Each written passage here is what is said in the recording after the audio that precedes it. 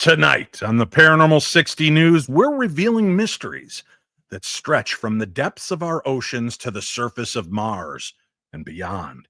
What secrets lie beneath our planet's waves? Scientists uncover an eerie underwater anomaly that defies explanation. Could it be the remnants of a lost civilization? Meanwhile, over 140 million miles away, startling new images from Mars reveal formations that have scientists scratching their heads. Closer to home, we explore a chilling story of a father's alien abduction, celebrity Ouija board tales that push the boundaries of belief, and in the skies, glowing lights over the Bahamas and Australia leave witnesses baffled. Finally, a sinister find in Pennsylvania woods beckons with dark legends of bottomless lakes and restless spirits. Join us as we enter the Devil's Hole. From the ocean floor to the far reaches of the cosmos and deep into the Devil's Hole, tonight's stories will leave you questioning everything. Specifically, why do you listen to this show? Why? Because we are the only news you need to know. We are the Paranormal 60 News.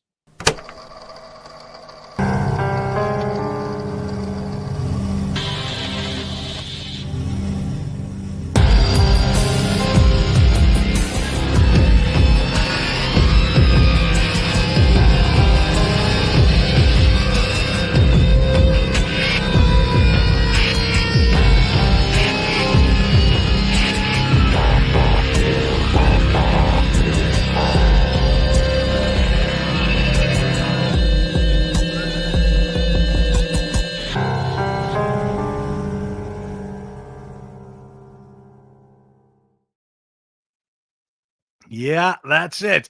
And did I mention there's one more mystery that the team needs to solve?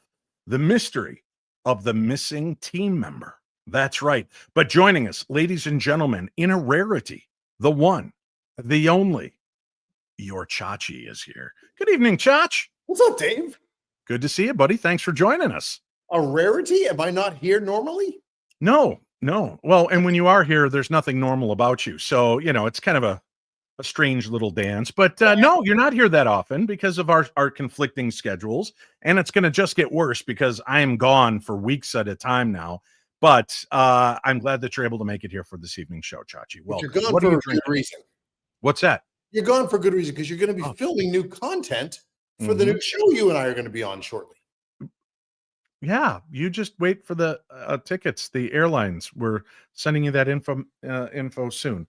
Let's bring. What? Will those be in the mail? Yeah, they'll be. You should watch the mail. What are you drinking? Tonight I went with a clear liquor. I thought it would maybe have me wake up a little bit better in the morning. Morning. So I went with my favorite brand of Tito's vodka. Tito's vodka. Yeah. All right. I like it over the ice. It's just like water. Is it? All right. I'll take your word for it, ladies and gentlemen. Our very own paranormal detective substitute, Sweet Tea, is here. Good evening, Sweet Tea. Hi, everybody. So good to see you on the show again. Yeah. Thanks. I invited her a few weeks ago, but she was really busy. So I don't think you did. Couldn't join us that night. I don't think you did because I was I saw that and I was like, oh, I didn't get an invite. That's weird. It probably got lost like Greg's email tonight that he didn't get, Right. So anyway, I'm glad you're here. What are you drinking tonight? Oh, I just got nice classic highball with Sprite substitute and vanilla Jim Beam. Can I ask about the Sprite substitute real fast? That sounds like something Dave would be drinking. What is a Sprite substitute? It's like Sprite, but not. Is it called Squirt? No, that would be a grapefruit soda. Yeah, it's like lemon lime zero, I think, is what the Schrader family buys. Wonderful. Yeah. I stole it. I don't know. Yeah, it's all good. But ladies and gentlemen, somehow the mists of time have passed and portals to other dimensions have opened. And stepping forth through this veil, we have the one, the only, America's greatest hero. The Colonel is back. Oh my God. That for sure. So hard to see him here and not have him here all the time. Colonel, welcome back, good sir. Thank you, sir. Yeah, good to be back. and I've done some good research, got some stories I want to read, but instead of reading the stories, I'd much rather talk about the new show you and Chachi are about the film. I found it really interesting. We've signed a very thick NDA that we just can't talk about. Oh, darn. Look how thick it is. It's so thick. Okay, well, I didn't know that. Yeah. Sorry, but I guess I'll read my stories after all then. Sounds good. What are you drinking tonight with us, Colonel? Absolutely nothing. Actually, I started drinking when about the time, and I thought, well, about an hour ago, I said, well, Greg will get on here soon, and I'll stop drinking at that point. He never came on. I never stopped drinking, and the rest is history. So, well, guys, it's time for me to tell you what I'm drinking. Oh, I will have you know that I've been searching for this high and low in the state of Minnesota. And I really wanted to try the screwball eggnog, but it was not to be found. And one day, my friend Sweet Tea sent me a photograph from Illinois holding up a bottle of screwball eggnog. And I said, grab me a bottle. No problem. I should have been more specific because she showed up with a half empty bottle of screwball eggnog and said, I looked everywhere. There's no more to be found. But I brought you mine. So we're going to try some screwball eggnog. I could have just drank the whole thing. Technically, she brought you a bottle. Wow, that is thick. My Lord. Should it be that thick? That should be that. Sweet Tea, I'm a little nervous thinking this is like Elmer's glue. Are you sure? Are you sure that this is the screwball eggnog?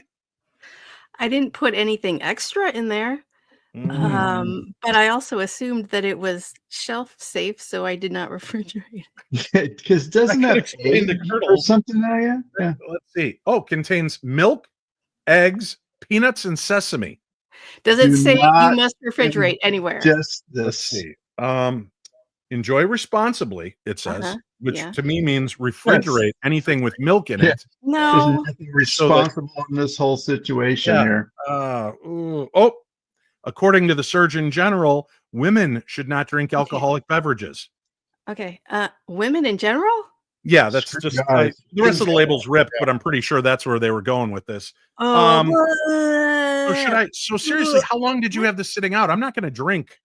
Oh no. Wow, that is not even moving. It's curdled.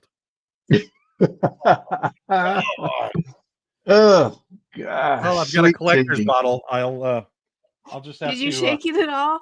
Listen, I did. It I was shook in it. the fridge for like how long? So it made up for when the time it wasn't in the fridge. It's fine. I'm not going to drink Good it. point. Maybe I think I'll I'll boiler and make a custard. I don't know. during a break. I may Make just. the custard. That is custard. It is. That is.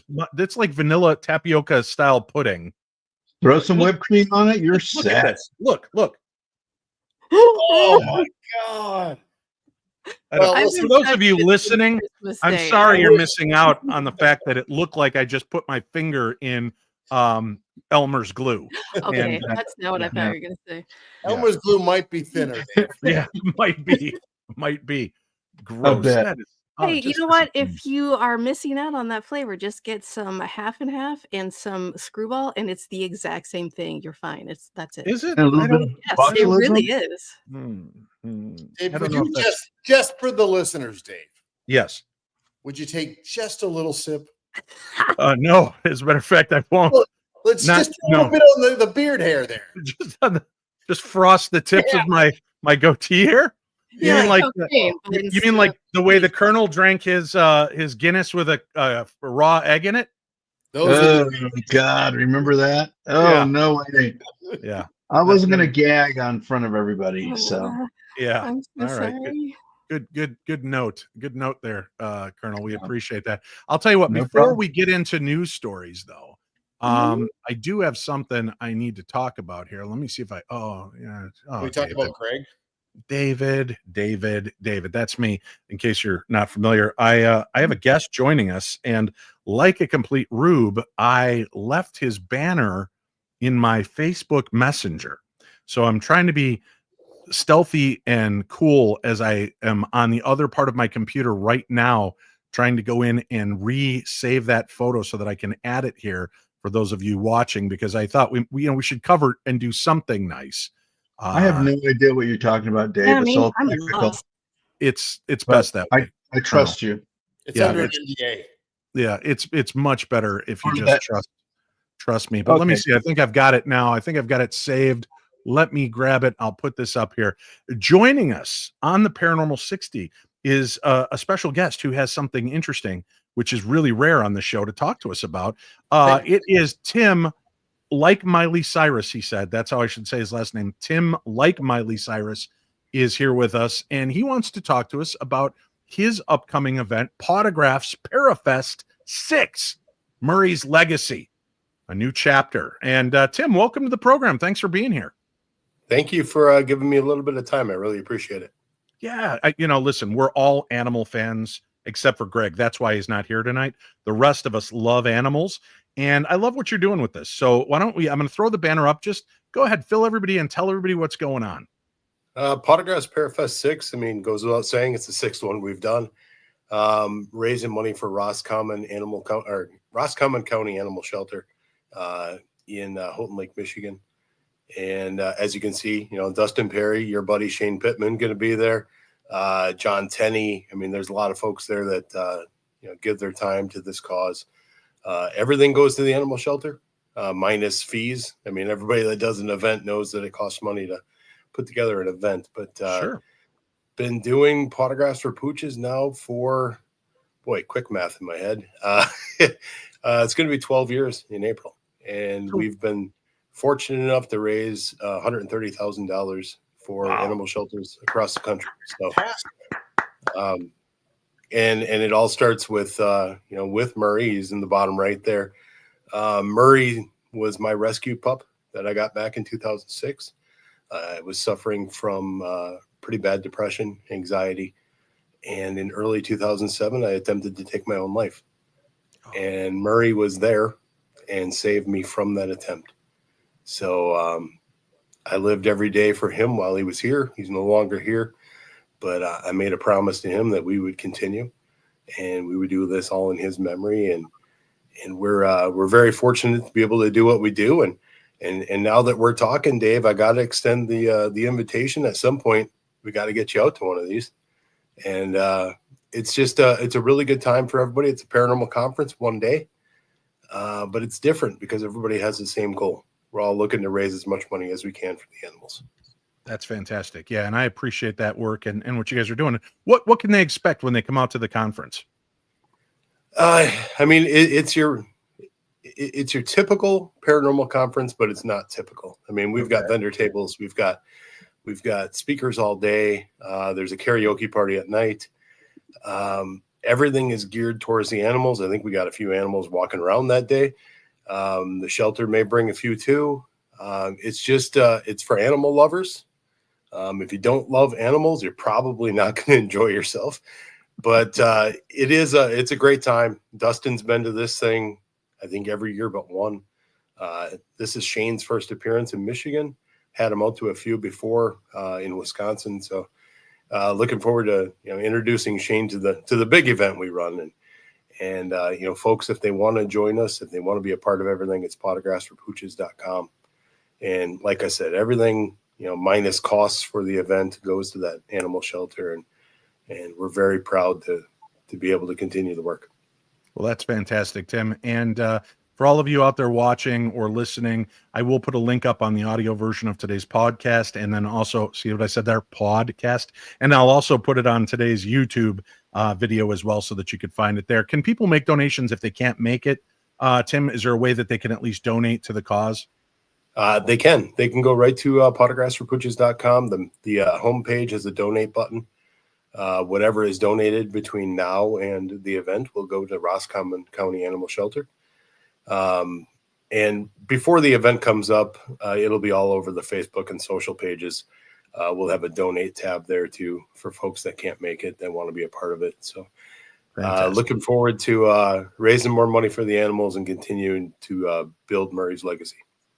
Well, keep up the great work, Tim. Thank you so much for what you're doing for the animals, speaking for those that can't speak for themselves, and helping them to be healthy, find good homes, and get the food and medical attention that they need. We do appreciate that work. Thank you, sir. It's been a great time. Thank you for making the time. Oh, you got it, buddy. Thank you so much. We've got other guests that are going to be popping in throughout tonight as well, including this guy. Ladies and gentlemen, the paranormal detective finally got in to join us on the show tonight. Still Welcome. that pleasant blueberry look there. Thanks, Tressa. I really appreciate the link there. That was nice. You're welcome. I sent one earlier. I sent one Okay. again 10 minutes ago, and I put one on your Facebook. Yeah, I don't know what more to do for you, brother. yeah. Maybe get my correct email. I don't know. Well, maybe stop changing it to I am the paranormal detective. And I am the. look at this. Winnie Underscore, went and underscore. made me a nice sangria. Oh, good for Oh, her. Life That's is Coke, good. isn't it? Life is good. Now, I want to understand real fast. So, It's really that eggnog stuff. No, I've got that right here. Okay. so the colonel's in a hotel room. Right. You're like in a kitchen. Sweet tea, you're in the garage. But somehow Greg is like in a studio, and he has the worst color of all of us. Well, he puts a lot of effort and time into You don't have his studio. You don't have to say worst. I mean, it's different. It's just different. He's right. It is. It's It's a extremely. it's a good color of purple. Thanks, buddy. No problem. bud. Good for you. We got to get started here. We got news stories to cover. Why? And we have 10 news stories, plus we've got guests popping on throughout the night. So let's go. My very first story is mine, and I'm excited about this because being a pop, I don't know if I've mentioned that, but I'm a pop to a bunch of wonderful grandchildren, 8 to be precise. And one of them, who calls me Pop the most, also loves dinosaurs. And he wants to know if Pop ever finds dinosaurs in the wild. And then this news story comes out. This is pretty cool. Check this out.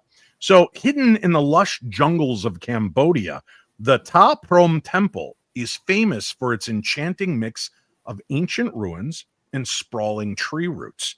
But beyond its cinematic charm lies a curious enigma that has puzzled historians, archaeologists, and conspiracy theorists alike. There is a carving, and if you're watching this right now, you can see the carving for yourself that appears to depict a dinosaur.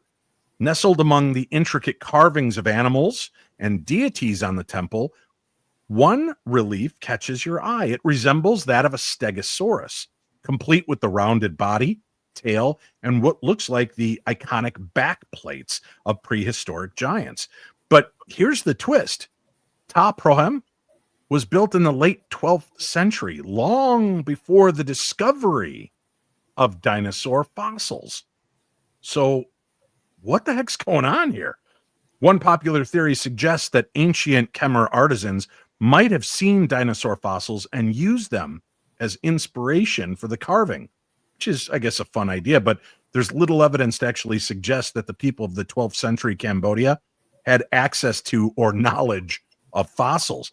Another explanation ties the carving to mythology. Some argue that the dinosaur might represent a creature from local folklore or a symbolic figure rather than a literal representation of a dinosaur. Those people are idiots because you can't get any more clear that that is what you see as a stegosaur. How do I know? Because I asked young Declan James Schrader, now 4 years old, what is this? And he said, Pop, it's a stegosaurus. Yeah. So he was able to identify it like that. Right Yeah. there. And he's 4. Yeah, he's 4. And he knows what it is. His So- masters. Go ahead. Now here's of course the theory favored by fringe thinkers, and that's why I wanted you guys here, because when I think of fringe, I I've think been of you. growing my bangs out. It's fine. This Never been carving in France proves before. ancient humans and dinosaurs coexisted. While the idea sparks lively debates, it clashes with, established science, which tells us dinosaurs went extinct about 65 million years before humans appeared and started building temples in Cambodia. Now, skeptics have a similar explanation. They suggest the carving is actually an artistic depiction of a common animal. You're right, a stegosaur. Yeah, they're pretty common. I don't know what common animal do you Almost look at that looks like that you could say, oh no, that's an armadillo. It's an elephant, obviously. It's an elephant with really bad bursitis. I don't know what else you could possibly think this is. From that perspective, what looks like a dinosaur might just be a case of modern eyes interpreting ancient art through a Jurassic lens. Did I sound pretentious enough in saying that? Because that's what these skeptic schmucks are throwing out there. Wow. Yeah. Be angry there, Dave.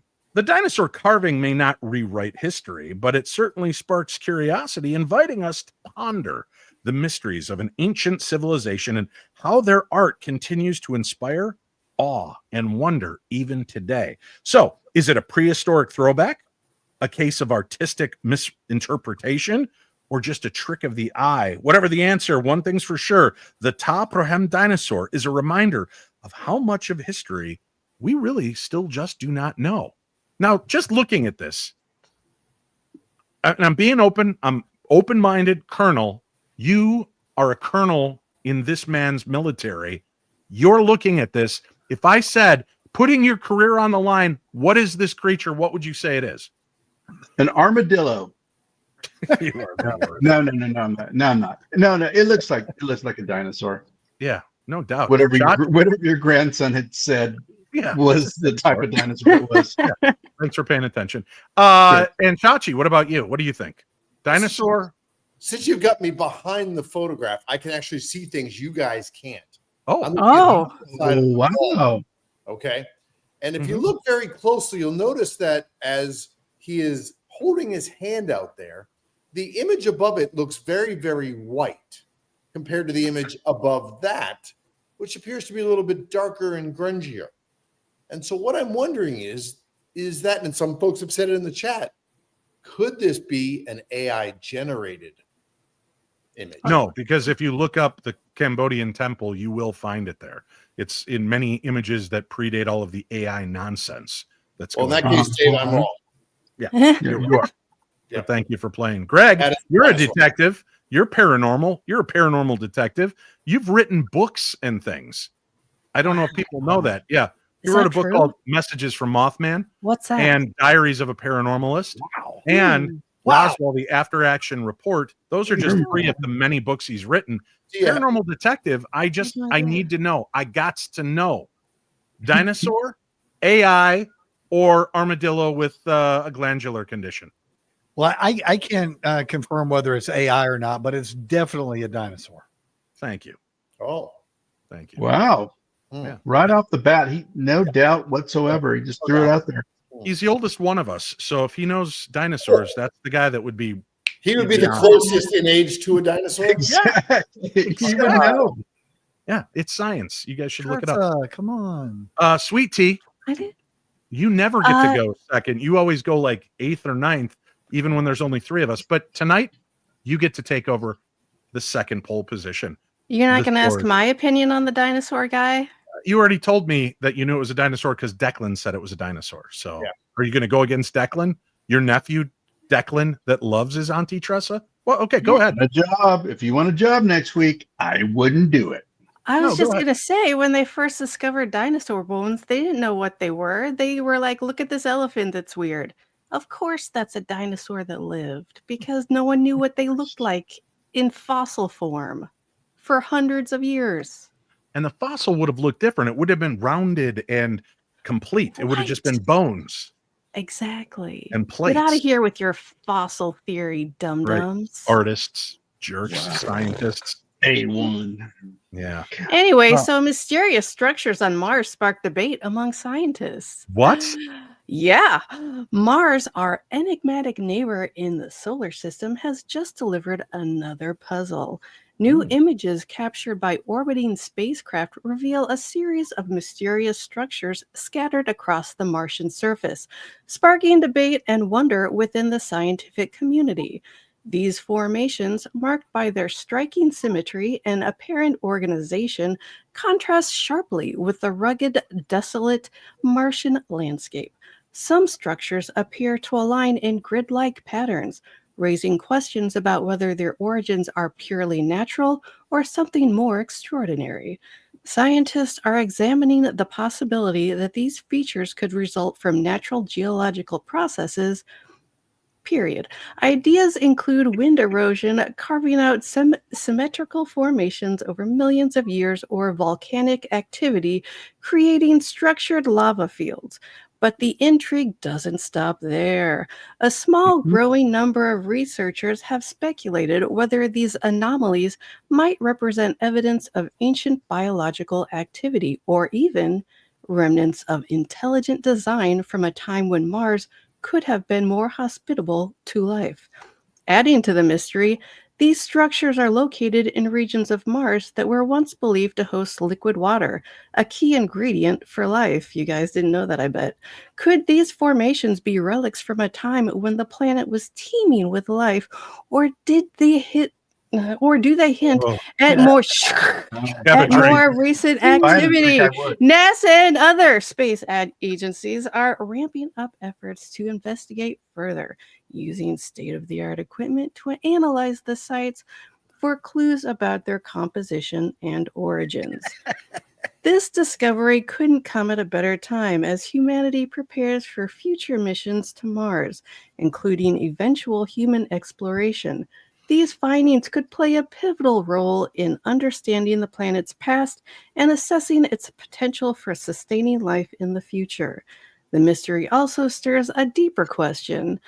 If life ever existed on Mars, could it have left behind structures or artifacts waiting to be uncovered? Mars has always been a planet of intrigue, a canvas for both scientific exploration and the boundless imagination of humanity. With every new discovery, we peel back another layer of its story, uncovering a narrative that may forever change our understanding of life in the cosmos.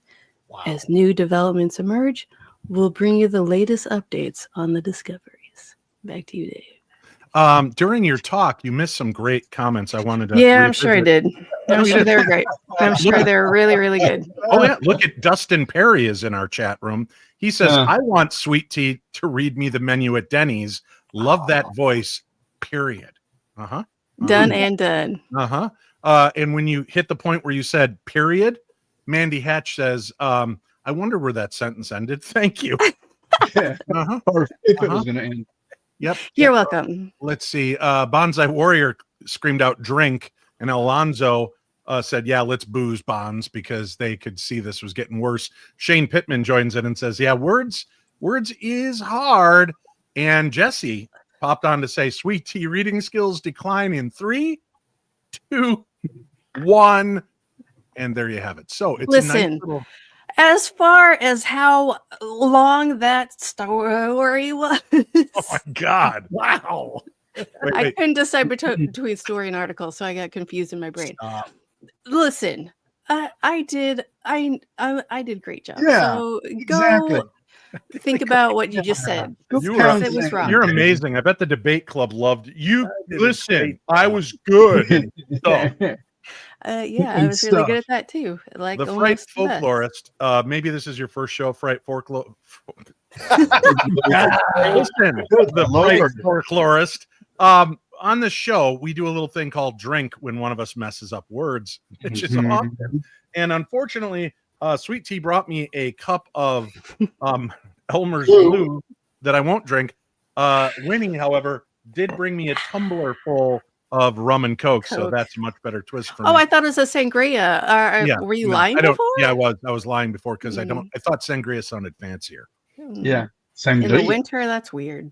What, I think of This is my last Jameson right here. Thank you, Colonel. I appreciate it. I'm good, Laura. I bought you that bottle like 8 years ago, so hopefully it's dying at some point. Joseph Trio says the Paranormal Brady Bunch are drunk again. First of all, Joseph, it is my show, so therefore it would be the Schrady Bunch. So let's get your descriptions properly done. That's right. Yeah. Look at this. Mandy says Greg's cocked, locked, and ready to rock. That's right. It's like she knows that's a lot. You have the next story, but she's wrong. You don't. The next story goes to the Colonel. Yes, the sir, Colonel. it does. Yeah, it does. Okay, Colonel. Okay, here we go. Scientists stumble upon an enigmatic structures deep beneath the ocean surface. Researchers explore. Yeah, keep them ready and cool. Researchers exploring the ocean's mysterious depths have uncovered massive structures hidden beneath the waves, leaving scientists scratching their heads. The findings come from advanced sonar mapping and deep sea exploration, revealing the formations unlike anything seen before. Dave? Yes? Some speculate these colossal underwater creatures could be natural, such as volcanic You mean formations. Structures, I said. No, I you said did not. Features. This is underwater features. Features. Okay, features works. Yeah. You said That's what it creatures, but says. we'll take features. No, I said features. Okay. Well, creatures works here too. Let's go with creatures. Underwater creatures could be natural, such as volcanic formations or tectonic plate movements. Actual mechanic translations? Yeah. What? Well, let's go with that too. Others wonder if there might be human-made origins, possibly ancient constructions submerged due to rising sea levels. The structure's precise details remain under wraps as experts analyze the data. However, their size, symmetry, and locations challenge conventional understanding of the ocean floor. These discoveries emphasize just how little we know about our planet's underwater frontiers, where mysteries still abound. You know, Dave, as scientists continue to investigate, this revelation underscores the need for further exploration of the oceans, which cover over 70% of Earth, yet remain largely uncharted. Could these structures unlock new chapters in Earth's history or reveal something more extraordinary? We'll be keeping an eye on this story and bring you updates as they surface. Colonel, when you were going through basic, did they teach you about situational awareness? I think the word you're looking for is remedial. Well, the fact is, training. Yeah. Did you know for me, that too? They do, in a way. You know what you just did, though? What's that? When you took your paper right in front of your screen as you were reading. Oh, yeah. It's good. Whatever. No, It works. That's good. It works, It works well. for me. They're making all kinds of movements and stuff. I don't want you to see me as I read. Is what it is. Oh, is that how It's it breaks embarrassing. It's embarrassing.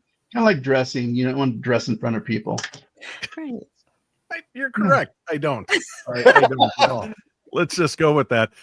It's time now to bring another guest in that is waiting backstage, and this is a very important guest because we've been talking about the Missouri Paracon for quite a while, and this is one of the brain children behind the Missouri Paracon. Sweet Tea's bartender. Wow. Jesse's got his ball of cheesy puffs. And I have my Wicked Pickle whiskey too. It's one stiff pickle. So I don't know if you knew that or not. Good God. That sounds delightful. One stiff pickle. Thank you, Sweet Tea. This is exciting, Jesse. First of all, thank you for picking up the mantle of the Paranormal Conference along with Brad and keeping things moving forward. Michigan Paracon, now a thing of the past. You have reignited the passion. Missouri Paracon, February 28th through March 1st. The biggest names in the paranormal world all coming together in Kansas City at the Ameristar Casino and Hotel. Let's just look at this lineup. Amy Bruni, Russell Acord, Steve Gonzalez, Dave Tango, Chip Coffey, Adam Berry, Dave Schrader, Jeff Belanger, Jawan Moss, Aaron Sagers, Dr. Maria Mayer, Dustin, he's in our chat room, Perry, Richard Estep, Mike Ricksecker, the paranormal detective himself, Greg Lawson, Joshua Darren, Sarah Lemos, Tim Ellis. What? That's not enough for you? How about Chris Williams, Rochelle Stratton, Shane Pittman, also in our chat room, Brian Murray. How about that? That is quite the lineup that you're pulling in for your very first Paracon, sir. Yeah, it's not bad at all, is it? So we're pretty excited. It's a great venue. We actually have it's similar to the Michigan Paragon in that we have a casino as well, but the difference is we actually have eating establishments in this one, so it's very nice that way. Yeah. yeah, we have a great venue. We have the speakers all day long. We have the vendors showcase, so you can come in, you can shop all as you please, also get the autographs, all that good stuff. And then we've actually added 2 concerts. So we have the first night we have KCDC, which is an AC/DC tribute band. And then the second night we have Disco Dick and the Mirror Balls. And I think that's self-explanatory there. That worked. Disco Dick and the Mirror Balls. I like it. By the way, you took me there a couple of months ago, and the casino is beautiful. It's got a multiple, like 8 restaurants or something, and it's really beautiful. It's very nice. It's Greg, super nice. You really don't have this to is go Jesse's outside. time, okay? Greg, this is really about Jesse right now. Sorry, Jesse. Yeah.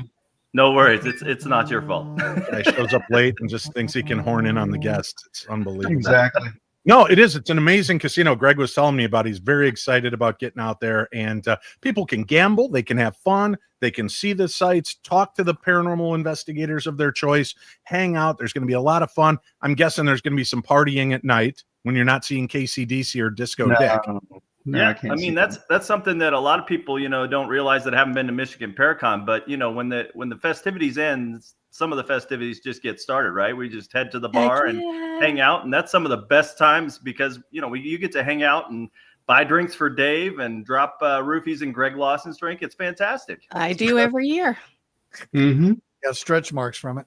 Yep. God, gross. Well, Jesse, how can people find out more information and come out to this premier paranormal conference? Sure, you can hit any of the social media, or you can just go to our website, which is MissouriParacon.com. I would mention, too, that we only have about 15 of the VIP tickets left. So if you want to drink with the celebrities for free, or if you want to have those upfront seats, you better jump on that pretty quickly. And we also have only about 15 seats left, or 15 spots left for the investigation as well. So that'll be something you want to jump on as well. Excellent. Well, Jesse, we're looking forward to it. I'm psyched. I think Sweet Tea and Jenny from the Monsters Lounge are planning on coming out there. Yep. I think Chachi said he's going to try to make it. Chachi, you gotta go. The Colonel said not. Only if the no way in bartender hell. gave me a pass, remember? Oh, well, we'll see what we can do, Chachi. How about that? That's fair. Listen, Yeah, and you That's a lot. Sweet Tea as well, yes. And Greg and I, for sure, will be there. Yep, of Two course. of the You guys are already reigning characters. Yeah. Thank you again, buddy. We'll talk to you soon. All right, ciao. Thank you. I'm psyched about this. This is going to be an amazing conference. Good things. Oh, how did this happen? Let's just make this What better. the hell happened just there? Yeah, I'll be Alice in our little Schrady Bunch picture frame. I'm psyched about it, man. So many great guests, Yeah. so many amazing things. We need to take just a very quick break. We will come back. We've got more to discuss, more stories. Greg is next, and he's about to tell us about the birds and the bees and the forests and the trees. So stay tuned to the Paranormal 60. Did you know that radio just got a little extraterrestrial? That's right, Dave Schrader is back on radio with the Paranormal 360 every Sunday evening, 7 to 9 p.m. Central on WCCO AM 830, an Odyssey station. Just download the Odyssey app and look for the WCCO logo, follow the station, and listen live. That's the Paranormal 360 on WCCO AM 830, an Odyssey station. Welcome back to the program. It is the Paranormal 60 News Buried Secrets edition. So far, we've talked about a dinosaur appearing on a Cambodian temple. We've talked about mysterious sightings of things both on Mars and in our seas. And now it's time to find out about the birds and the bees from our science reporter, the paranormal detective, Greg Lawson. Greg, I'm glad to be here, Dave. we're glad you're here. Yeah. Mhm. No read. Scientists uncover the genetic Adam and Eve of humanity. Huh. Wow. Yeah, right. Okay. In a revelation that bridges science and the mysteries of human origins, researchers have confirmed the existence of 2 figures in our genetic history: mitochondrial Eve and Y chromosomal Adam. Chromosomal. I love it. I would drink. Yeah. Chromosomal. Hey, chromosomal. These scientific terms refer to the most recent common ancestors of all living human and through the maternal and paternal lines, and their story is as fascinating as it is complex. Did I say all living humans? You said something, all right. Something like that. You said It something. resembled that. Something's going on with my brain. Humans doesn't sound right. Anyway, so sounded good the first time. Who were mitochondrial Eve and Y chromosomal Adam? Who were they? It's a good question. Thank God I didn't get I would this just story. like to take 3 seconds to mention that this story in total is 1, 2, 3, 4, 5, 6, 7 paragraphs. He has read the first half of the first paragraph so far. Let's go. Mitochondrial Eve lived around 100,000 to 230,000 years ago in East Africa. She is a woman who all humans today inherit their mitochondrial DNA, which is passed down exclusively from mother to their children. A lot of people don't know that. They don't. And on the I other still side, don't.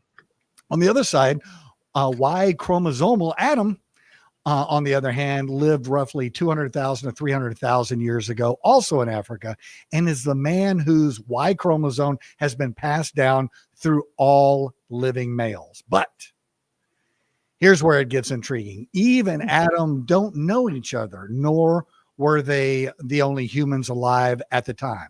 What? They're significant because their genetic lines have survived unbroken to this day, while the lines of other contemporaries faded over time, much like my family line. Yes. Ouch. And what does this mean for human ancestry? The discovery doesn't mean humanity descended from a single couple. Instead, it just reveals a complex web of human lineage. Imagine a massive family tree with some branches grow stronger, others wither away. Adam and Eve represent the surviving branches of the maternal and paternal line. So why is this important? Would you like, Greg? First of all, Greg, if your branch is withering away, there are pills for that now. That's what I hear. Yeah. I'm not real up on that. See what I did there? So anyway, Yeah, I did. why is this important? These findings give us an incredible glimpse into our shared genetic heritage and humanity's origins in Africa. They also help the map and to map migrations and evolutionary changes that brought us to where we are today. By studying their genetic signatures, scientists continue to piece together the dramatic history of human evolution. While their names echo religious figures, mitochondrial Eve and Y chromosomal Adam are purely scientific concepts. They symbolize our genetic roots, but don't correspond to the biblical Adam and Eve as the first humans. The bigger picture, as genetic research advances, new data could refine these timelines and reveal even more about the twists and turns of human history. One thing remains clear: our journey as a species is both extraordinary and interconnected, reminding us in the end, we're all part of one big, happy human family that we don't make fun of the way each other reads. Back to you, Dave. I don't know No, we that that's don't. true.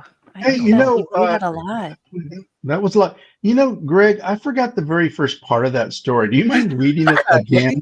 Let me go back up there. Oh, Is that a thing that we have to do that'll not allow that? I'm sorry. Chachi, the prickly prick has pointed out the new hashtag shirt for next week's show should be hashtag boner jokes. We got to get back to the hashtag shirts, don't Who's we? we? Been I'm too long. disappointed. When did they go away? Hey, When you stopped coming on the being show. When you stopped being on the show, I stopped doing them, Colonel. Oh, okay. Well, That looks delicious. What's it taste like? it's thinning out now that it's been sitting under a heat lamp for an hour. Greg has two. yeah. We did have a question from the audience. Is Greg wearing purple eyeshadow? He's blue, actually. Oh, is it blue? It's stunning either way. Yeah.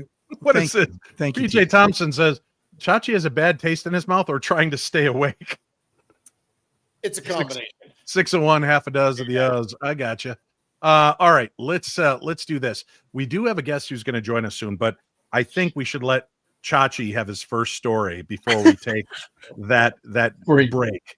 Because Chachi is not going to make it through 2 stories tonight if we don't give him a chance to breathe right now. What? So I know it's true. Trust me on this. We've seen it happen. Can I take a pass on the story, Dave? No, I gave you a nice short story. Dave, let me be honest, okay? So the night before the show, I always do a dry run where I drink at the same time I'm reading the story. That way, I know how I'm going to do. I couldn't get through the first paragraph of this story last night. The words is hard. Wow. Oh, this is gonna be good. Try saying mitochondrial Eve and Y chromosomal. Yeah, try that. Oh, wait. We need to put a photo up when you say that, Greg. Go ahead. Mention it. Y chromosomal atom and mitochondrial Eve. There's a picture of both. That's it. Both right there That's together. your offspring? Wow. Yeah. That's Jeff Belanger and the late great Scott Grunwald. Yeah. Very Y nice. chromosomal. Right. Chachi, this is you, buddy. This is sports. When I saw a sports story, I knew this was what you were going to jump all over. And the fact that it's in like Ecuador should have nothing to make you be concerned about. American sports read all night long. I'm telling you, get your glasses full now. Yeah. It's going to be tough. I'm so happy that number one, I got the last story of the 5 of us, and then I got the last story of the 5 of us again. Yeah. And so the bottle's almost empty over here, and the story's a good one. Surprise. Okay. All right. Do you want me to force my way through the words, or are you going to say them for me? No, you're going to just force your way through them. Just do what you do. Chachi-ize it. Do that. We've got a guest waiting, so no pressure. But wait, was that an option that you would say the hard words? Because No. not at all. That's in the contract. He Can I know does who the that. guest is? It'll tell me if I should go slow or fast. No, it's definitely a guest that we want to get to. So, shoot. Chachi, Okay. begin. Right. Throw something up there so you don't watch my face. There we go. Perfect. Here we go. When UFOs stopped play, the day a soccer match in Florence witnessed the. See, I looked back to see if you did that to me. Here we go. It was a day that began like any other in Tuscany, Dave. Crisp, cool, and perfect for soccer. On October 27th, 1954, a highly anticipated match between Fiorentina and Pistoiese. Pardon me? You did what? Pistoiese, Dave. That's the best way to do it. Easy. All right. Held at my favorite stadium in the world, Stadio Artemi Francais. You like that one? Had 10,000 fans there. But just after halftime, something extraordinary unfolded that would forever be etched in the memories of those present that day. The roar of the crowd suddenly turned to silence, then erupted again as fingers pointed skyward. Players stopped mid-game, the ball forgotten, as all eyes turned to the heavens. Among the stunned spectators and special athletes was Ardicco Magnini, a soccer legend. Everybody knows Ardicco. Ardicco Magnini. It was We know something that looked like an egg. Eggnog, maybe? Slowly, just like the nog, adding to the surreal sight, a silver glitter-like material seemed to rain from the sky, a substance many described as angel hair. What? Lifelong Fiorentino fan Gigi Boni, who was also in the stadium, described the object as Cuban cigar-shaped, not American, not Dominican. Nope. And moving at a remarkable speed before just coming to an immediate halt. For one of my ancestors, Romololo Tucci, another player on the pitch, the experience was nothing short of life-changing. We saw them directly above us, for real, he said, echoing the sentiments of many who believe what they witnessed was extraterrestrial in nature. Mm-hmm. I'm doing what you said, Dave. I'm forcing it. The phenomenon wasn't isolated to the stadium, however. Across Tuscany, reports of UFO sightings flooded in, including accounts of a ray of white light streaking through the sky. The mysterious angel hair substance added another layer to the intrigue. Witnesses described it as a sticky and cobweb like. Oh yeah. Wait, is it like pasta? Yeah. It disintegrated as soon as it touched the ground. Now, Mike, no, go back. The picture was really helpful. Thank you. My favorite journalist, Giorgio Battini, gathered samples of the material and brought them to the University of Florence for analysis. I see myself. Spectrographic testing revealed elements like boron, silicon, calcium, and magnesium, but the results yielded no definitive explanation. Theories of migrating spiders, spinning webs, or meteor fragments were offered, but they failed to convince many, including Uncle Roberto Panitriotto, president of Italy's National UFO Center. Panitriotto? That's it. We have some audio from his interview too. I don't know what are we looking at. It looks like a spaghetti, but it tastes like an eggnog gone bad. Wow, did you just lip sync that? That was really good. Yeah, he does a lot of voiceover work. Yeah, he does. All right, so what was his name? Pinocchio dismissed the spider theory, arguing that the chemical composition of the angel hair didn't match that of organic spider silk. We may conclude that it was an intelligent phenomenon, a technological phenomenon. Not linked with anything that we know. Listen, people are glued to their AM radios right now. Don't interrupt. While skeptics continue to debate the event, for those of us who were there, no earthly explanation suffices. To this day, Dave, the Florence UFO incident remains one of the most compelling mysteries in UFO history. It's a moment when the ordinary. What? You made it not as compelling. I'm sorry? I said I love you. Just keep going. You're good. You're golden. So close, Dave. A moment when the ordinary turned extraordinary, leaving those present spellbound. The truth, much like the angel hair, may have vanished into the ether, but the legacy of that October day endures. Was it aliens, a natural phenomenon, or something else entirely? 60 years on, the only man who knows may be Greg Lawson. However, the mystery remains unsolved, and the story continues to inspire wonder amongst children of all ages. Wow. I like the fact it wasn't as hard as I thought, Dave. I like the fact that they thought UFOs, maybe not. Could it be giant flying spiders are spraying it down with their webbing all over the town? That made more sense to Panini and Pinocchio than aliens and UFOs. The flying spaghetti monster was there, is what it was. That is crazy. Look at the image. I mean, the woman, you see the UFOs over the field. You see what that lady's holding up. We call it tinsel. They think it's something else. I don't know. I'm not. No, this is the whole reason I gave you that screwball eggnog, because of this story. To use it as a prop, but obviously it didn't work. Yeah. Good try, team. Way to drop the ball, Dave. Good job on that story. I will have you know, I do put on there when I have it all typed out, I put it through to time it. That story was timed out at 2 minutes. I think that's about how long it took me, right? That was the longest 2 minutes of my life. That was 9.5 minutes. Listen, I'm no 2-minute man, Dave. Okay. Please. Now we've got Mrs. Chachi coming on to answer if that question is correct or not. Are you a 2-minute man? Let's see what says.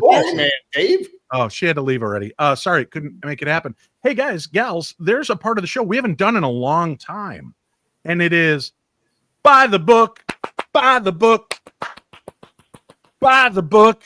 That's right. I don't remember that one at all. No one knows it. They can't hear you clapping. Must been a while. Yeah. It's been a while since we've had that on. And I thought if we're going to return to the days of yesteryear, we should really bring on a guest who could help out with this. And there she is, ladies and gentlemen, the one, the only, the delightful lead singer of Sunflower Girl and the Chicken Leg. Nope, but good try. Of the tribunal chicken of Sunflower Queen. Good. What's the name of the band you're part of again? That's got a brand new album coming out. It's called Sunflower Fox and the Chicken Leg. We just pressed the vinyl, and we just got voted Band of the Year here in Minnesota. Nice. That's awesome. Band of the Year. And Dave, I'm just gonna tell you this is supposed to be a surprise, but I absolutely am using you in our live show opener. How? Wait a minute. How so? Will it be the opening I just gave you? We all do have that. Gentlemen, the lead singer of Sunflower Chicken Fox and the Hen House. I have a bunch of interviews where people are trying to pronounce the name, Uh-huh. and yours is hysterical. So I had to put it on there. It's great. It's good. I'll send it to you. That'll be perfect. I like that. Now, By the Book is a segment where we have somebody read a book. That's why you never see any of our paranormal news team. Yeah, why would we do that? That's crazy. Unless the book has got places to color, they're out. But I knew who I could turn to. Katie Hart has been a longtime contributor to the programs I've been a part of, and she has always been a delight. And she was a big part of my original paranormal news segments. And she said, Dave, it is a rare instance that I'm not working. Can I come on and review a book? And I said, Katie Hart, the floor is yours. So, Katie, what is the book that we are going to review this evening? We are going to review House of Leaves. That is a very thick book, Katie. It is a very thick book. How many pictures are in that book? Thank you. Actually, quite a few. Oh. This is a, there you go. Yeah. This is a strange book. And the reason why I didn't give you the author, now that says who the author is, but if you turn to the first page, it's not by him.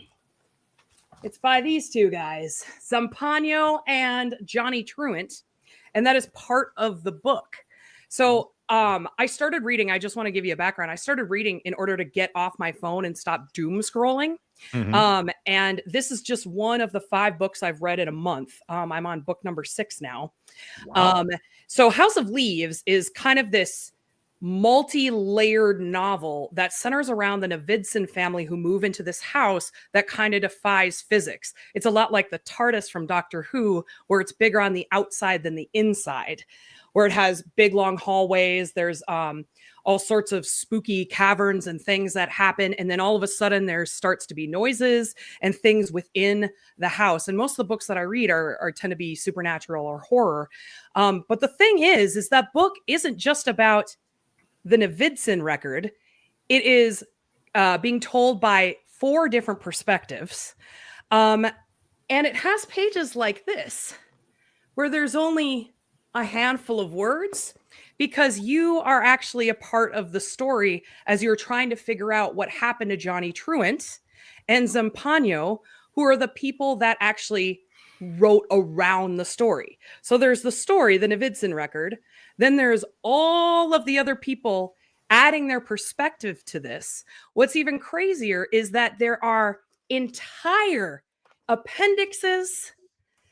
There are pictures, there are maps, there are letters. And as you go through, you're actually pulled into the madness that is this book, along with the author and his contributors. So this is a book not for the faint-hearted. As far as horror goes, I would say maybe like a 5 or a 6 ghouls out of 10. But as far as just a read goes, you can see it's a pretty thick book. I believe it's like 600 pages long. And you can actually approach this multiple different ways. You can read it straight through linearly like I did. Or you can go back and you can read Johnny's story, then Zampano's story, then the editor's story, and then the actual story that they're talking about, which is the Navidson record. This is a masterpiece for anybody who wants a hard read. This actually took me 4 times to try and get into it. And I got absurdly sick in the month of December. So I just tackled it because I had nothing else to do. But this is a fantastic, spooky book. It gets under your skin. it feels like the book is closing in on you as you read it. So if you want a really killer reading challenge at the beginning of the year, this is the book. If you want a book that has multiple perspectives that kind of keep you into it, almost like a choose your own adventure book, if we all recall in the late 80s and 90s. The best. This has that in there. There are clues, there are Easter eggs, and to be as crazy as it is, there's actually a full Reddit subreddit just dedicated to the theories in this book. It is awesome. So I wanted to start with something that is just super crazy, off the wall.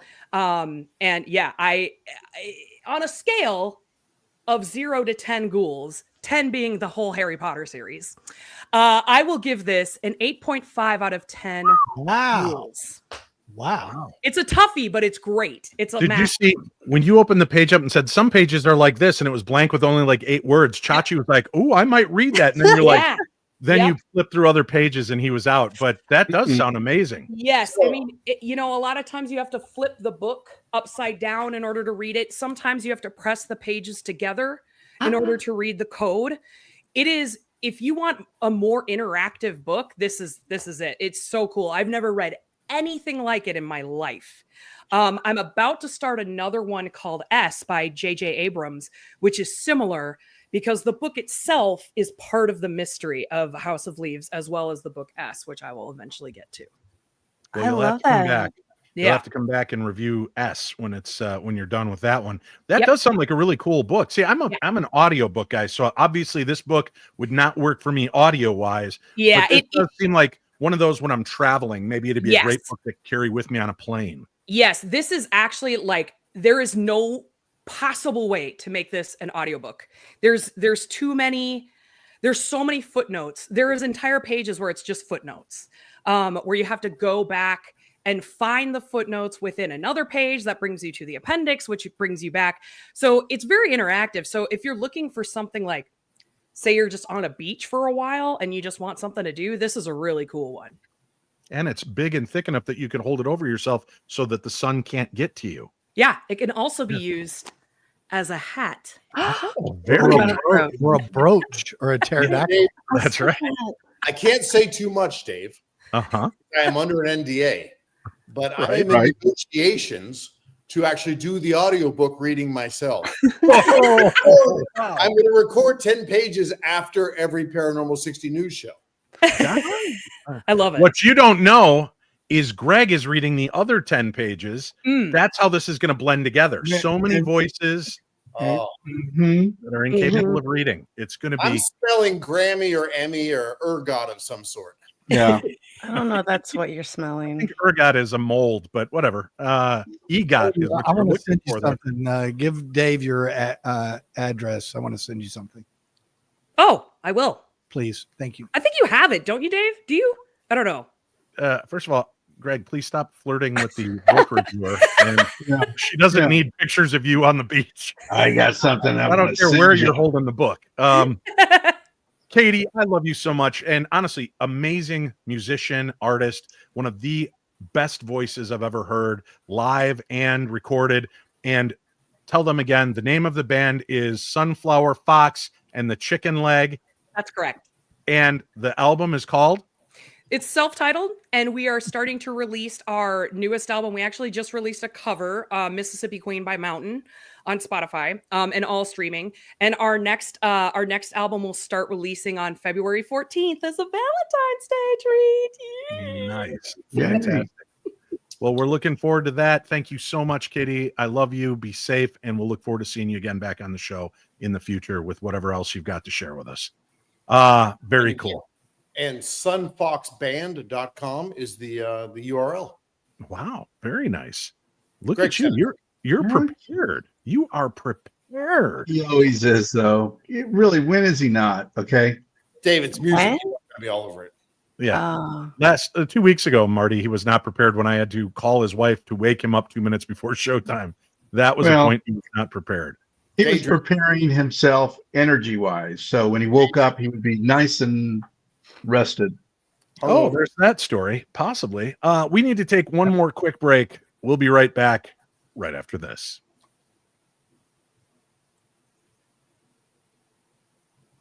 And we're back. Thank you so much. That was just a little way to clear our minds mentally. Like the last hour and 5 minutes was like you were mentally pouring in the eggnog that You ready to take a sip now? he left out, and it gummed up the system.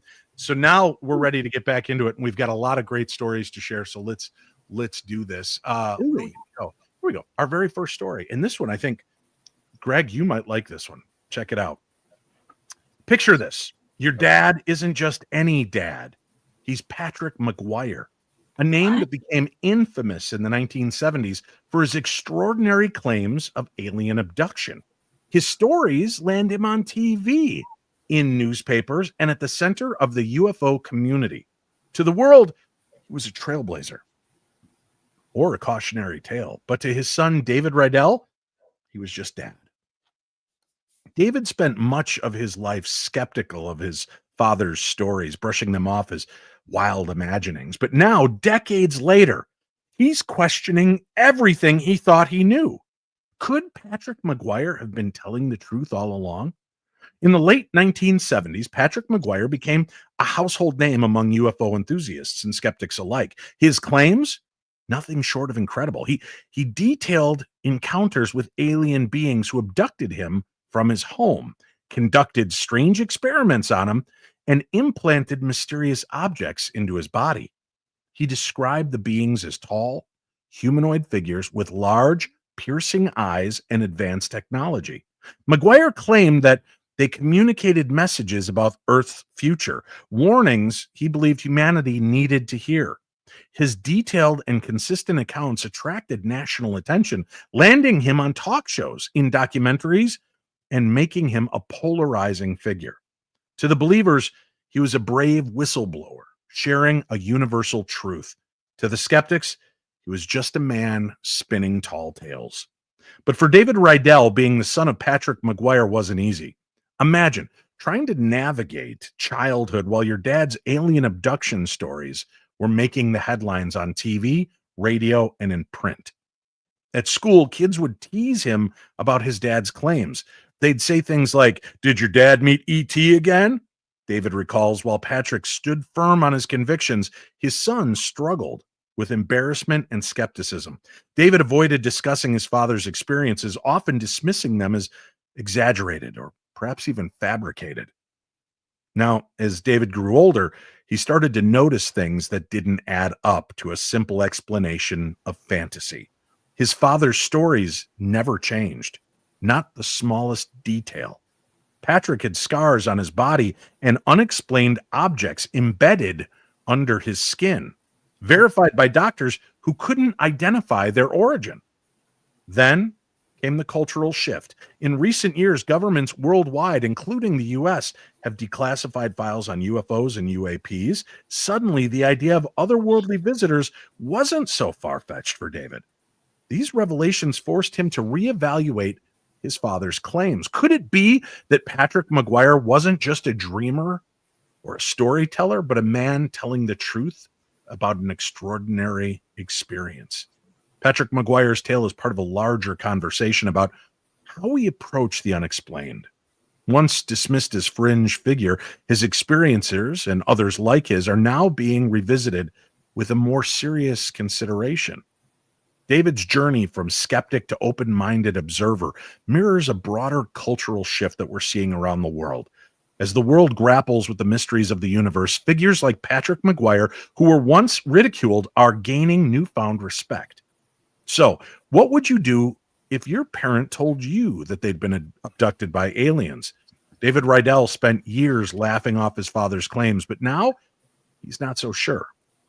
This story is more than just a family drama. It's a reminder that even the wildest stories deserve a second look. Now, put yourselves back when we were all kids in the 70s, early 80s. If your father would have come to you and said that he had been abducted by aliens, would you have taken him seriously or would you have dismissed him, Sweet Tea? I would have totally taken him seriously. I believed anything my parents told me ever. But yes, Listen, I was a fat kid. Tease me all you want. I'm used to it. Give me all the shame about my dad being abducted by aliens. Yes, that's way cooler than being fat. Come on. Yes. Wow. I have no What? idea where this is going all of a sudden. I'm sorry that Sweet Tea's fat shaming people. You could send it to sweettea.don'tcare No, I'm just @gmail.com. saying it sucked. And I listen, we all get bullied as children, right? We all get bullied, right? So yeah, if it's gonna be bullied for anything, bully me for my dad saying stuff. I don't Cool care. story. Bring Bullying it. is a cool story. Yeah. Greg, what about you? I didn't get bullied. I punched people in the head. He was a bully. Oh, yeah, that makes sense. He was That the bully. explains why you're a cop. Okay. Yeah, Hey, watch your mouth. I'm he's a not. retired. You said cop. it, not me. Look how purple I am right now. I'm recovering. Exactly. He's I'm so a- angry. He's rage purple. Okay, Red Hulk. I'm a pink man. If your dad came to you, Greg, when you were 10, 11, 12, He and never talked to admitted me. that so many scars that we don't have time to work on right now, Greg, if he told you that that he had been abducted by aliens, would you believe him? So when he did come to me, he'd go, "Hey, let's go shooting. Let's go out and shoot." And I'd go, "All right, run, boy, run." And I was just like, I don't want to do this anymore. Shooting at me. Can we just do talk about our childhood trauma for the rest Oh, of tell the me, Greg, and when did you begin having the sexual fantasies about Muppets? Oh yeah. Oh man. That one. That, The one that's with the long really hair, the funny. long blonde hair. I don't Oh, remember. right. Yeah, his name is Floyd, and he played the So, sax. yeah, I mean, if my dad, of the 3 times that he actually spoke to me, if there would have been a fourth, and he came up to me and said I was abducted by aliens, I would have believed everything he said. All right. Other than get out of the bathroom and give somebody else a chance. That's all I ever heard. All? Colonel, if at the tender age of 12, young Colonel Yes, sir. was approached by his father, and his father said, "Boy, let me tell you a little something." And then he spilled on you. And I'm sure I'm probably nailing your Didn't dad's. sound quite like that, yeah, but Boy, I let me get tell the you message. something. What if he told you that he had been abducted? What would your take of that been? Totally would have believed him. I mean, at 12 years old, I mean, everything your parents say is the truth. Yeah. That age. Chachi's met my dad, so he knows I would have been calling BS from the minute my dad opened his mouth. And I continue to do so. Chach, what about you? If your dad or maybe Meemaw came forward and she said to you, she said, Eric, I don't know why. The worst doubtfire I've ever I done. hope she's not watching tonight, Dave. Well, you've obviously never seen Meemaw's bakery goods. So All right. I forgot about that. Meemaw gave up after she heard your last story. She texted me and said, "I'm going to bed. Please help me get my son into remedial reading." But what would you do? Would you believe them? So, without going into the level of Sweet Tea and paranormal detective trauma that they went through, let's just say Boring. there is something that I believed my father said when I was in 3rd grade. I believed that my entire life. You're adopted. I love where this is going. That makes a lot of sense. Something I believed my entire life. I make decisions in my life, but based upon this thing my father told me in 3rd grade. 40 years later, my mother told me this year at Christmas that what my father said at that time was not true. Was it about Santa? It was about Uncle Jimmy. Oh yeah, that one. Oh, Wait, is this something we should talk about on the air? yeah, Or we need to do that on the back end of the show. Yeah, maybe that's the Patreon episode.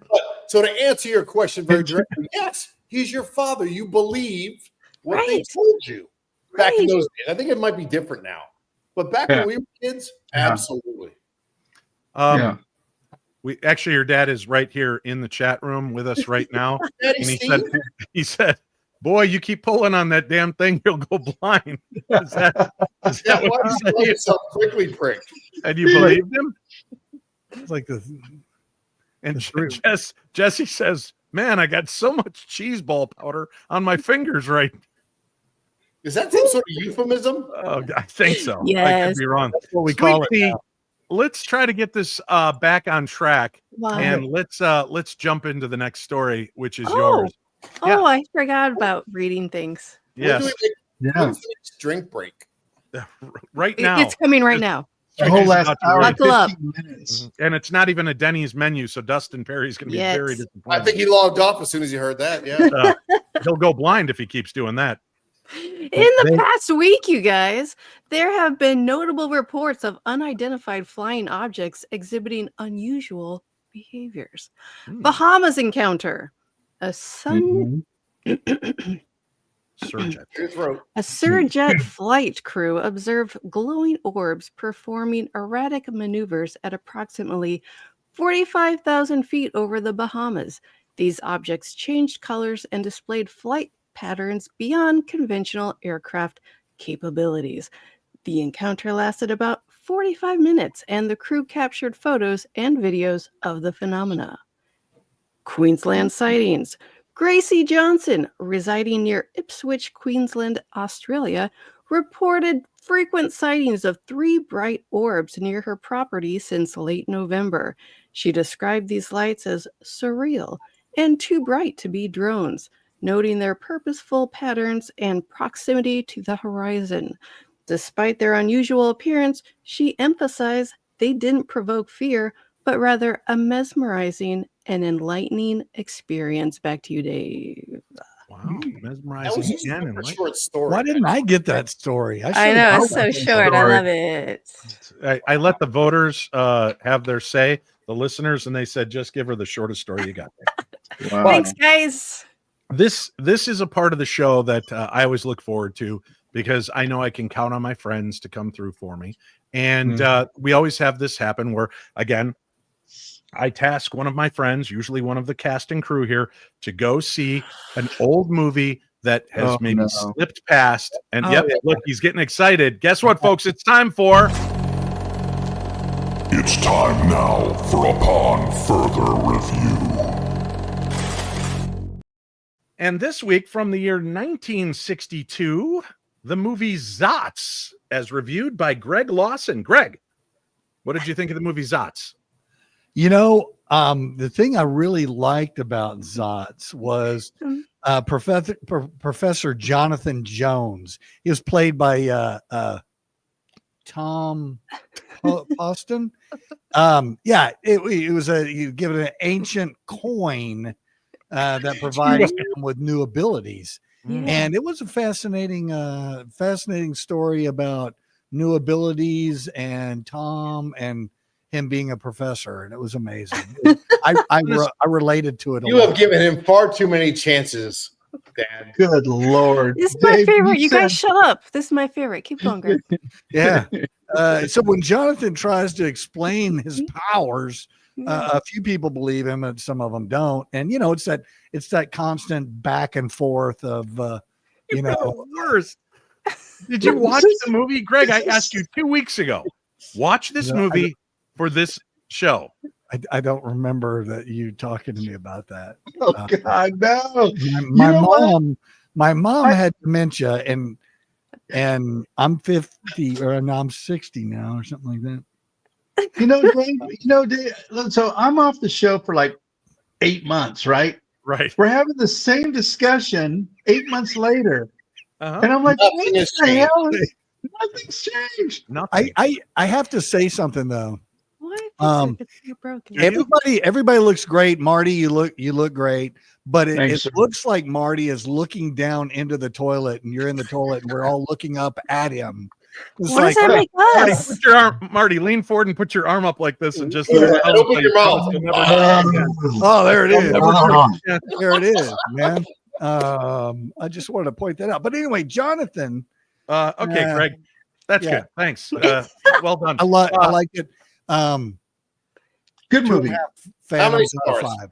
2.5 Phantoms out Out of of 5 five. for a movie you haven't seen. Yeah. There Could is have gone the other way personally. but could okay. have gone either way. Unfortunately, it didn't. Greg didn't watch it, but sensing that this might be a problem, Sweet Tea and I did go see a movie that is going to be out in theaters this Friday. Let's take a quick look at the trailer.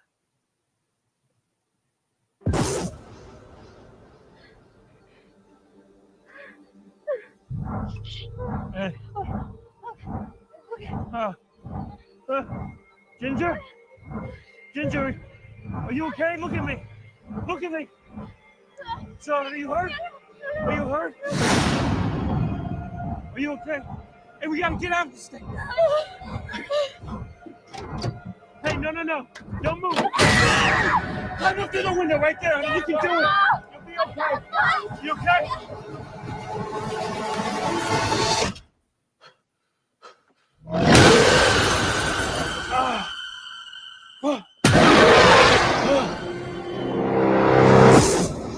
We have to leave right now. Run.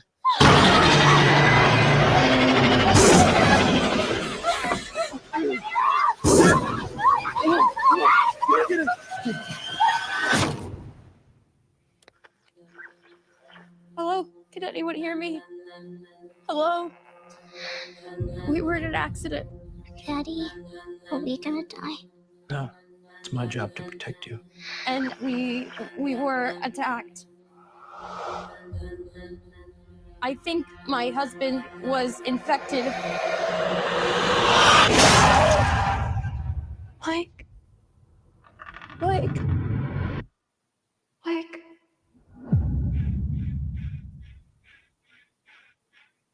Daddy. Daddy. What's wrong with Daddy? He got sick. What is happening to me?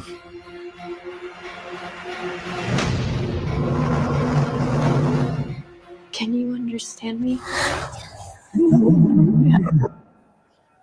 You're scaring me.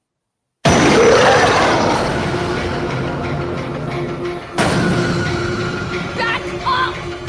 Please, Daddy's mean. Hurry, Mommy, he's coming. Come on.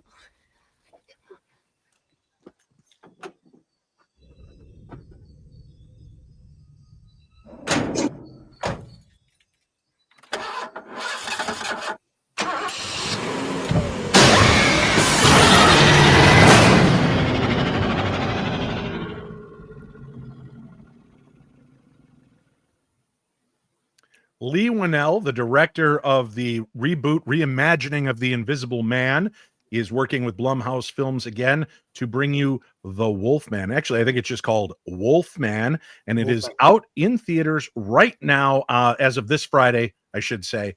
And Sweet Tea and I got a chance to go see this and host this premiere last night. And I'm going to defer to you, Sweet Tea. What did you think of the movie? I didn't hate it. Is that good? Listen, it was, I really loved his perspective on what was going on. That was my favorite part of the whole movie. I couldn't see anything else in this movie. It was very dark. It was very dark, and I have bad eyes. So, that unfortunately was not the movie's fault. That was the theater chain we were at. They just did not. Yeah, their projector was not working properly. You could tell because it had that kind of grayish hue to it. But the movie overall, if you get over the fact that there is a lot of dark scenes in it, and the bad camera did not help, or bad projector did not help. What did you think of the movie overall? I thought it was a really great reimagining of it, from what I could see.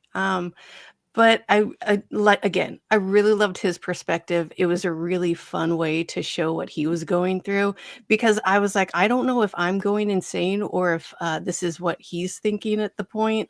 It was very confusing, and I really liked that. I don't know if that's weird for anyone else, but I really liked that I was not aware of what was going on at the point. You figure it out, but it was fun. It was a great reimagining. Kind of like a daily thing, right? One Phantom, it sucked. 5 Phantoms, amazing. Where do you put this? Ooh, 3 7/8. That's a very weird. Thank you. Oddly specific number. Thank you. She's very specific in her. I went into the I'm a big fan of the original Wolfman with Lon Chaney Jr. and I have enjoyed. I'll even go as far as to say I Was a Teenage Werewolf, starring a young Michael Landon. I loved American Werewolf in London, and I've always been a fan of werewolf movies, that internal struggle of letting the beast out. So I wasn't sure what to think of this movie when I read what the director said. He said, if you're going expecting what you've seen in the past, I think it's going to disappoint. And I thought, well, that's an interesting way to undersell the movie. I love going in having it undersold to me. Yeah. And what he delivered, I think, was such a great for 2025, in the midst of the first quarter of the 21st century. You have to do things differently. It can't just be an old gypsy curse. It can't just be what you're used to. And this showed a lot of different dynamics.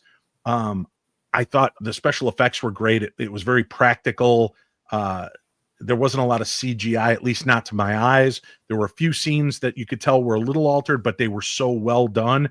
And a lot of it's hidden in the shadows, using that kind of Spielberg Jaws, where you see a fleeting moment of something moving around.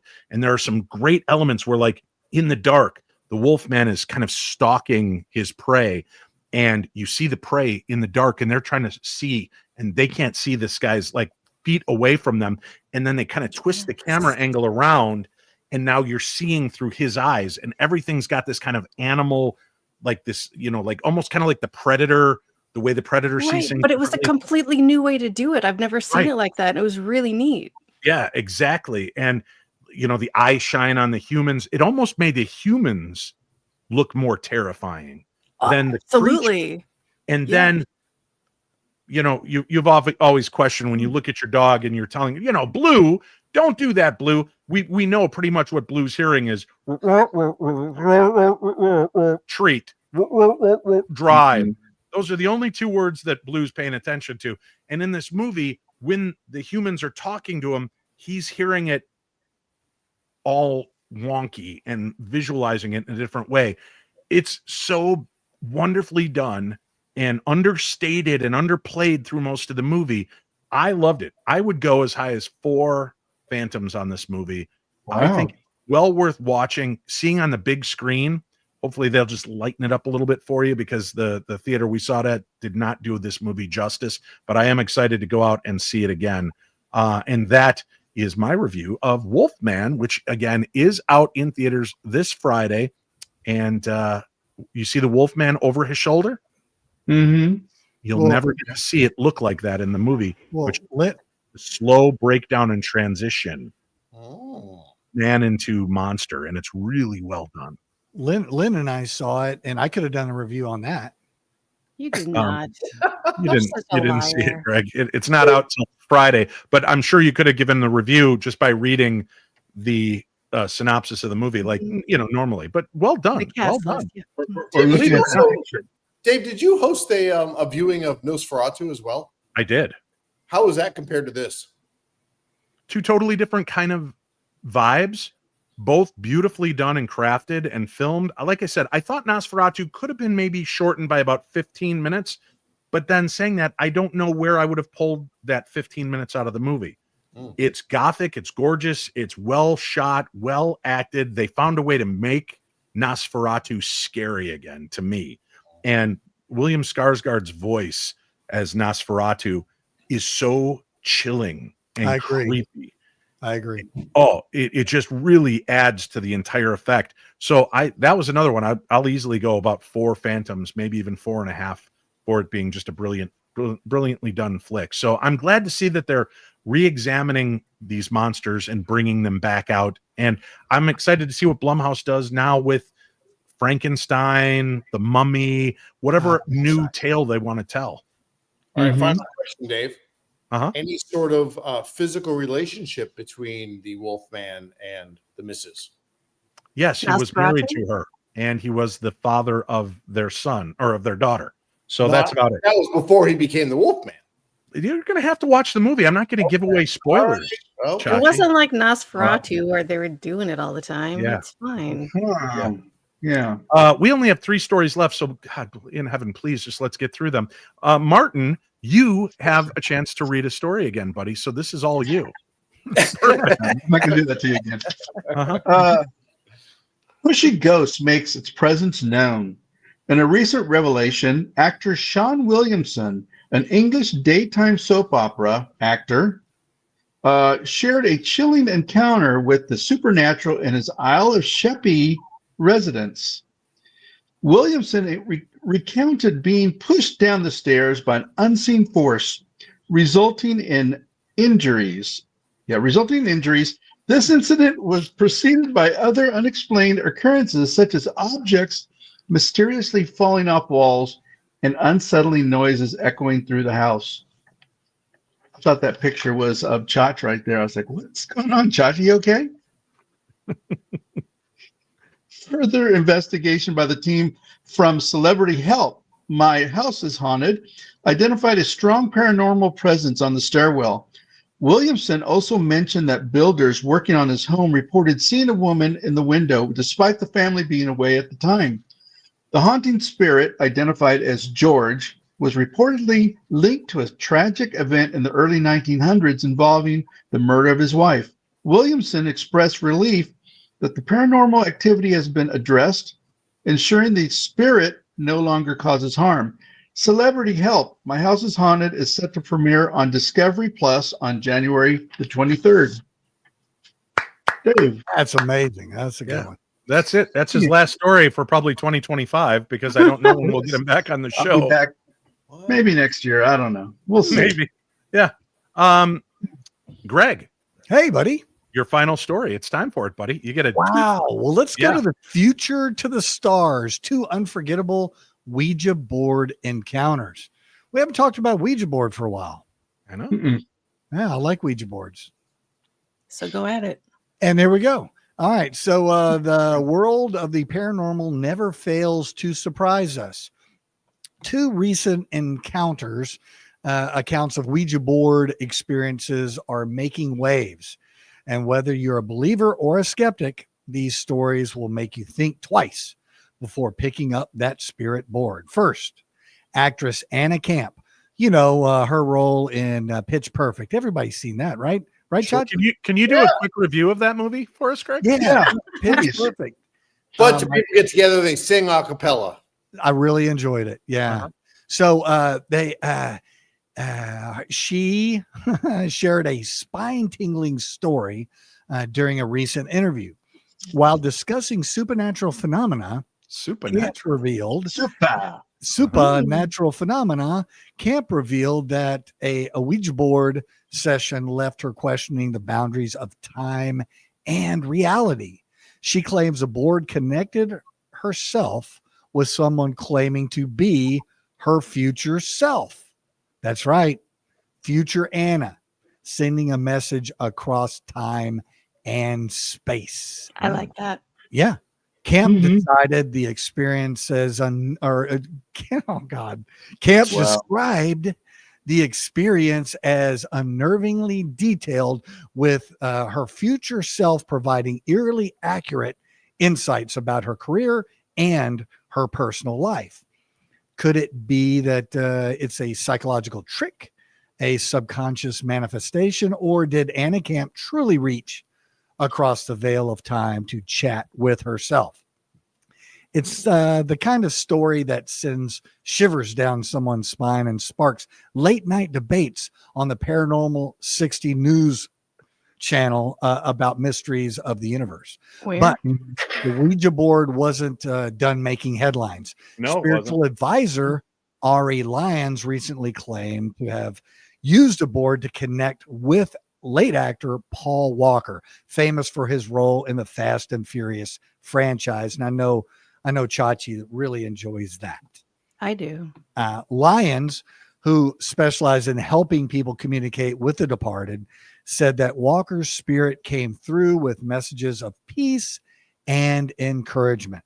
According to Lyons, Walker expressed gratitude for the love and admiration of his fans and what they continue to show. The session reportedly left those present. The session. How many pages are there in session? Session reportedly left those present emotional and awestruck, reigniting conversations about the board's ability to serve as a bridge between the living and the dead. Both stories highlight a taboo, allure, and controversy around the Ouija board. Is it a tool for genuine connection, a portal to realms that we don't fully understand, or simply a reflection of our deepest thoughts and desires? For Camp and Lions, the answer seems to be clear. The board holds mysteries that defy logic and demand exploration. What would you ask, Tressa, if you had a chance to connect with the beyond or even your future self? Well, Dave, what would I ask? Hey, what's the deal with the stuff? Yeah. That is a very specific question. Thank you. I thought out a lot of questions, and I thought that was the most I think pressing. my favorite parts of the story are when Greg is like, people were left in awe and wonder and amazement. There was so much excitement. You realize I had 2 Yeah, drinks while I was It was waiting just to get a link to the show. There were 14 drinks drank just during the time of your reading of that story. I feel sick. Hold on. Yeah, a second. 2 drinks and Hold on. Just 1 second here. I do have to come forward and say this real quickly, folks. I know what the next story is. And I just have to apologize in advance that it happens to be Chachi's final story tonight. He's been drinking a lot. And I know what the topic is. Please pour yourself a drink, blaze yourself up a pipe, bang your head repeatedly into the wall, whatever gets you to where you need to be, because this is going to be a bumpy ride. Ladies and gentlemen, for the final story of tonight's program, may I introduce to you Chachi. Hey, Dave. Must have been some sort of audio video. Why did that just sound like I threw to Chachi in the urinal peeing right there? Because I was pouring myself a drink because I knew I was going to need it. Don't pour it in front of the microphone. No, but I had to for this specific story. Okay. What are you talking about? Specific story? I remember my first microphone. Thanks, Sweetie. I remember. Oh. Wow. Yeah, please have another sip to quench that dry. Oh, and he just polished it off. We're in trouble. It's going to be good.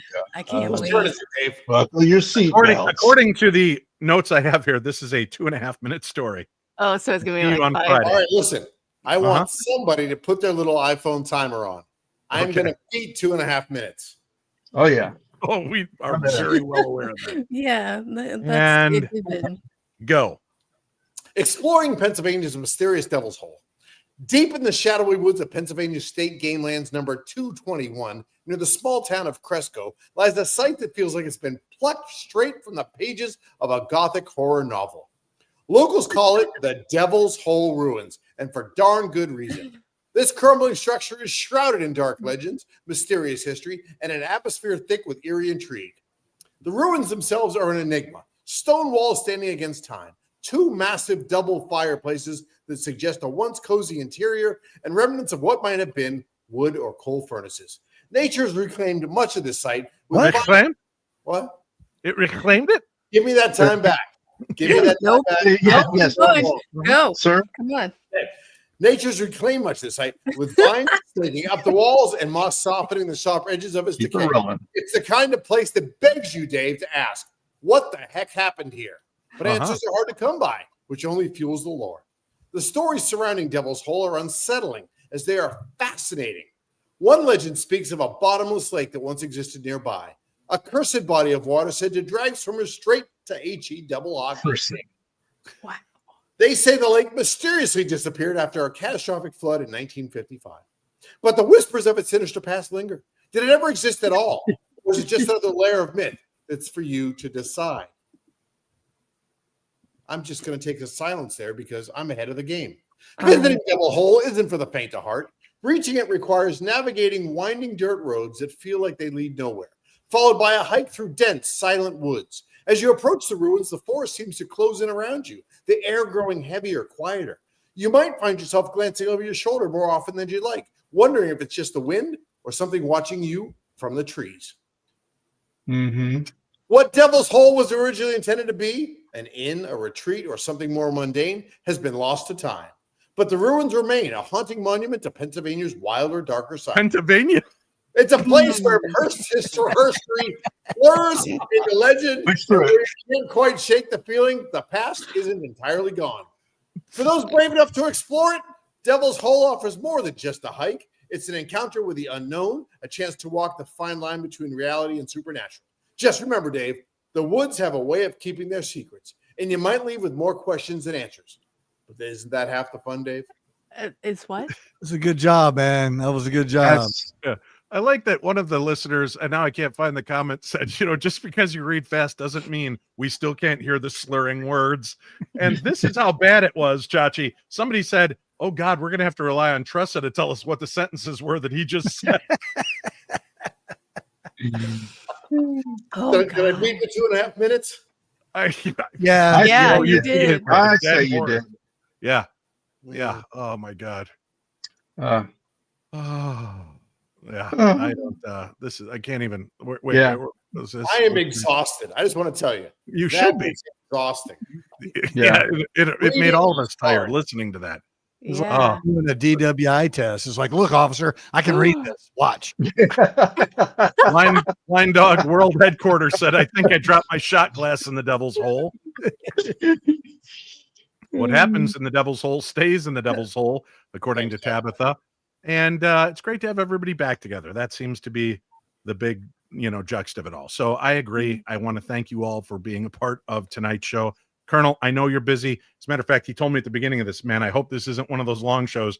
I have to be up in 4 hours to go to work. 2 hours. He now has 2 hours and 40 minutes to get some sleep.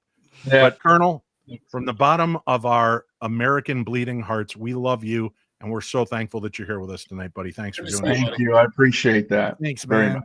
Chachi, as always, good to see you. I'm sure it'll be months before we can connect again. Oh, no. But thank you. I'll be back tomorrow. Perfect. None of us will be, but I'm glad that you can. Greg Lawson, sexy and awesome. Detective Greg Lawson. Where is that song? You said you were going to send it to me. Hey, there was a thing and it broke the That thing. internet. Oh, Yeah, that I did send it to you. It's probably in the same email with the link for tonight's show. Yeah. And now I'll just, you know what I will do though is I'll send you what's left of my screwball eggnog. Bring it to Missouri. I'll share that off. You can all share it. It should just be like a nice paste, like a. I can feel the puke right here. Right there. Are we still calling that eggnog? I mean, it's something. It's noggin. I'd recommend. Sweet Tea, thank you again. Have a great rest of your night. Again, just fun in the sun. And thank you to all of our amazing Darklings for being here and being part of the show. Because again, without you, we have no show. Well, I mean, we still would have a show, but we would have nobody to share the laughs with. So thank you. It does mean a lot to all of us. And it's always great when all of us can get back together. And that, Darklings, wraps up another wild ride through the strange, the spooky, and the straight up unexplainable. From Martian mysteries to glowing orbs lighting up our skies, and all the way down to the ominous depths of Chachi's Devil's Hole, tonight has been one for the books. Let's be honest, though. I mean, are we closer to answers? Probably not. But isn't it fun to keep asking the questions? After all, what's life without a little mystery or the occasional ghost, alien, or time-bending Ouija board? So, whether you're pondering what's really at the bottom of the ocean, who's been redecorating Mars, or why Anna Camp's future self might be calling collect through a spirit board, just remember, you heard it here first, folks, because we're not just the news. We're the news crew you can trust for the most part. And we've got your ticket to the unexplained. Your admission has been paid, and you're always welcome. So until next time, keep your eyes on the skies and your toes out of the Devil's Hole. And always, always stay curious. I'm Dave Schrader. Thanks for joining us on the only news you'll ever need. We are the Paranormal 60 News.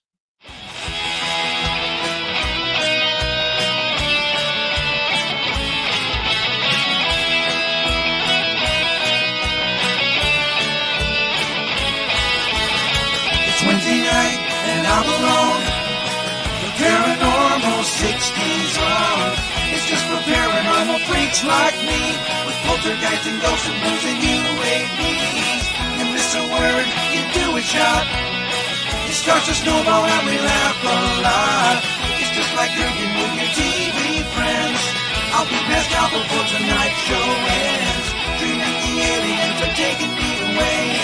I'll go wake up till sometime late on Saturday. It's Wednesday night and I'm alone. The Paranormal 60 is on.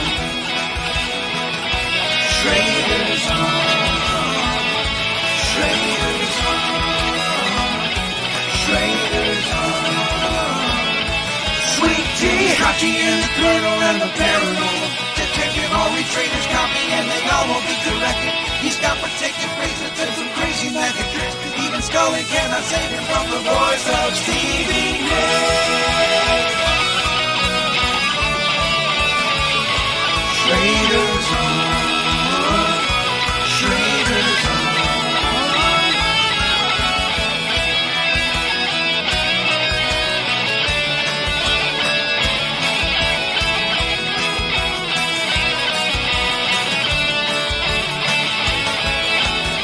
It's Wednesday night, don't be alone.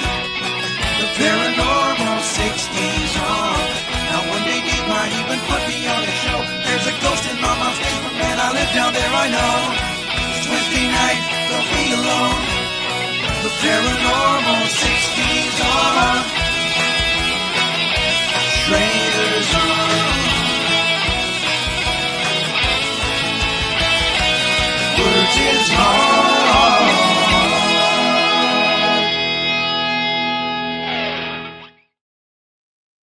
Well, 19 years shot to hell.